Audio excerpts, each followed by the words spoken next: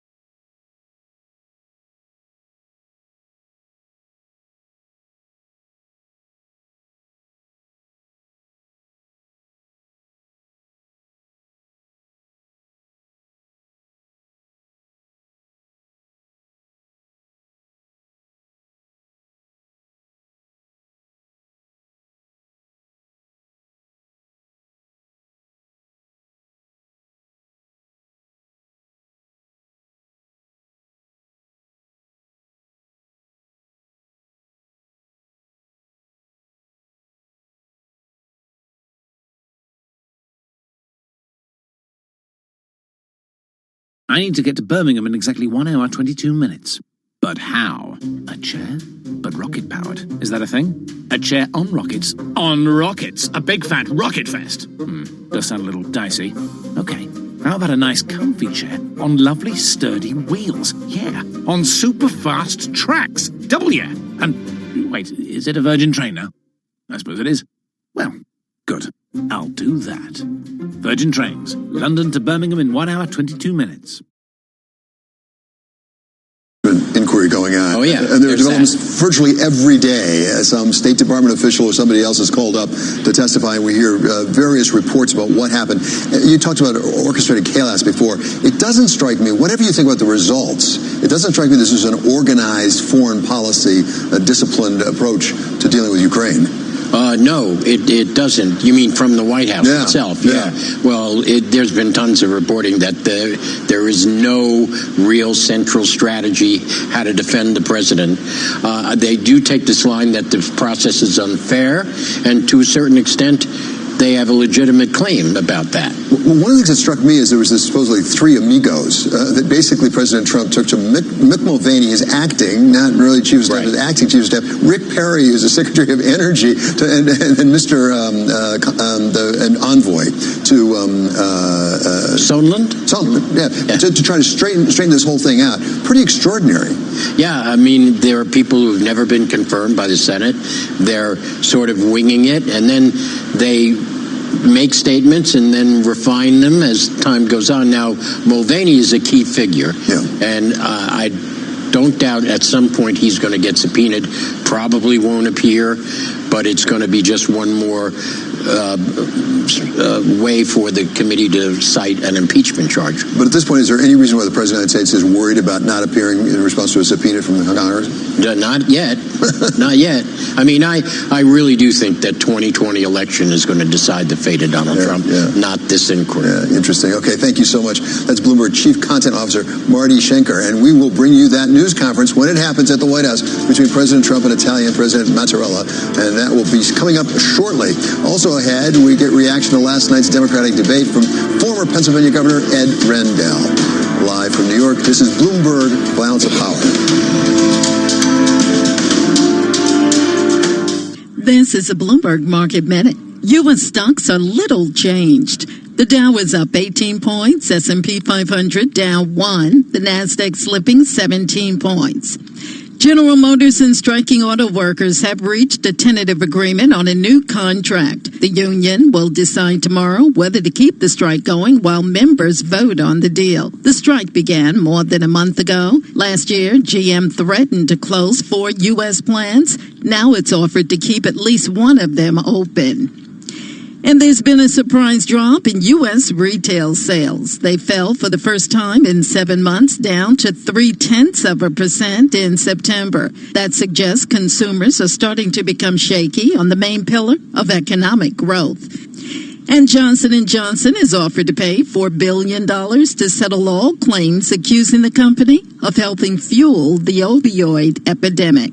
Donna Wilson, Bloomberg Radio. Asset managers who seize change to launch new strategies, add distribution channels, or exploit new technology to re-engineer the investor experience are often rewarded. However, in an industry paralyzed with complexity, few act with agility or decisively. Few run their businesses strategically, yet the most competitive managers in the market know with the right partner and a flexible operating system, you can. Go boldly toward change with SEI Investment Manager Services. Determination and operational strength are both essential factors for growth in asset management. I'm Steve Meyer, President and Head of SEI's Investment Manager Services Division. We know that disruptive forces create opportunities around the world. If you see potential in change, our industry specialists will maximize SEI's integrated platform of data and risk management, global investment operations, compliance support, and investor services to position your asset management business for success. Come grow with us. With SEI Investment Manager Services, you lead the charge in a competitive marketplace. Learn more at SEIC.com/seize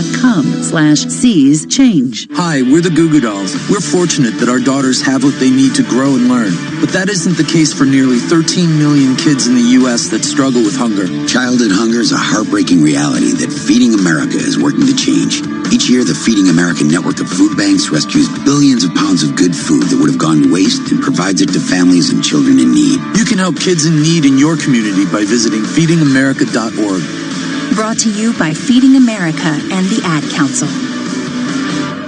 You don't usually find the titans of finance, business, and politics sitting around together. There's been this transfer of royal power and royal prerogative. But amazingly, they're nearly all here every weekday. Let's talk about their data. What are you looking for? Bloomberg Surveillance with Tom Keene and Jonathan Farrow. So where does the circuit breaker come from? Weekday mornings at 7 Eastern. He's got to respond, doesn't he? On Bloomberg Radio, the Bloomberg Business app, and BloombergRadio.com. Bloomberg, the world is listening.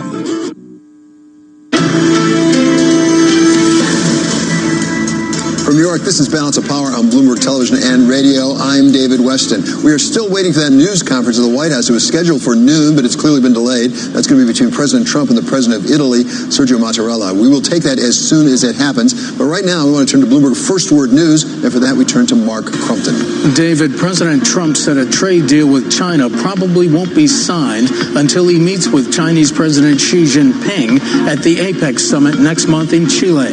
The president announced the move at the White House today alongside Italian President Sergio Mattarella. Turkey's rejecting the Trump administration's demand for a ceasefire in Syria. President Recep Erdogan also said he's turned down a U.S. offer to broker talks between Turkey and the main Kurdish militia.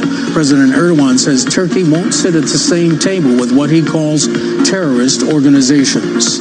In Kashmir, 4 civilians have been killed and nearly a dozen others have been injured after a clash between Pakistani and Indian troops. This comes after police in Indian-controlled Kashmir arrested 13 women for holding an anti-India protest.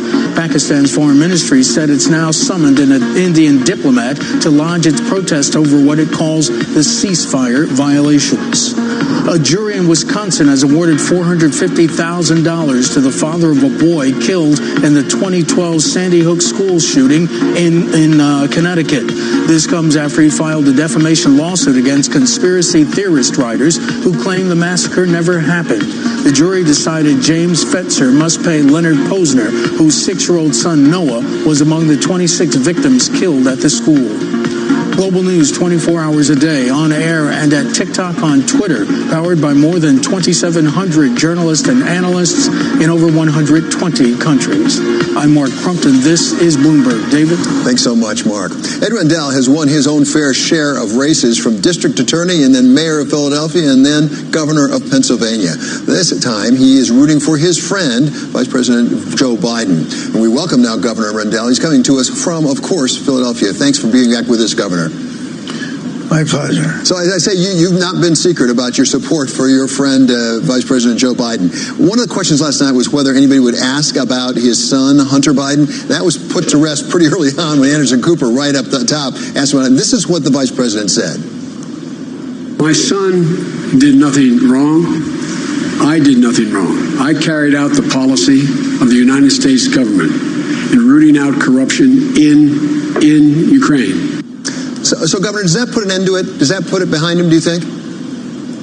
No, because Donald Trump won't ever let it go. If Joe Biden's the nominee the day before the election, they'll be talking about it. Because Donald Trump can only win by deflecting attention away from himself onto somebody else. And he can't call Joe Biden a socialist. Joe is a moderate, middle-of-the-road, slightly left-of-center politician.